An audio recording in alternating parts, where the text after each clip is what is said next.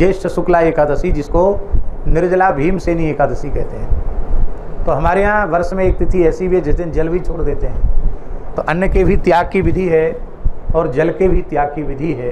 एकादशी की बहुत भारी महिमा शास्त्रों में गाई गई है। तो एकादशी का व्रत निष्ठापूर्वक करते हैं, तो निष्ठापूर्वक तुलसी धारण करते हैं, तुलसी में नित्य जल चढ़ाते हैं, तुलसी का आदर करते हैं और जो भगवान नाम का जप करते हैं। ये 3 साधन जो लोग करते हैं उन्हें यमलोक नहीं जाना पड़ता, उन्हें यमराज का मुख नहीं देखना पड़ता, उनका निश्चित ही परम कल्याण होता है। जैसी एकादशी करते वैसी एकादशी नहीं।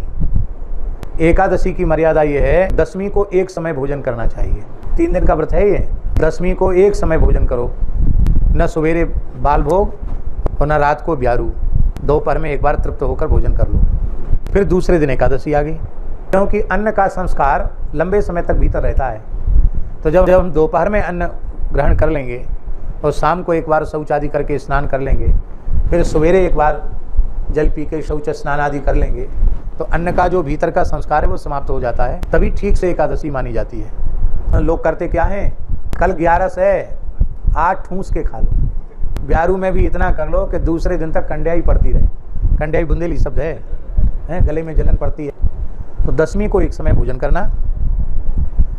एकादशी को सर्वोत्तम पक्ष है कि एकादशी को कुछ न लिया जाए, सर्वोत्तम पक्ष है ये। एकादश्याम निराहारः, निराहार का अर्थ होता है किसी भी प्रकार का आहार न लेना। जल भी आहार है, दूध भी आहार है, फल भी आहार है। एकादशी को कुछ भी न लेना।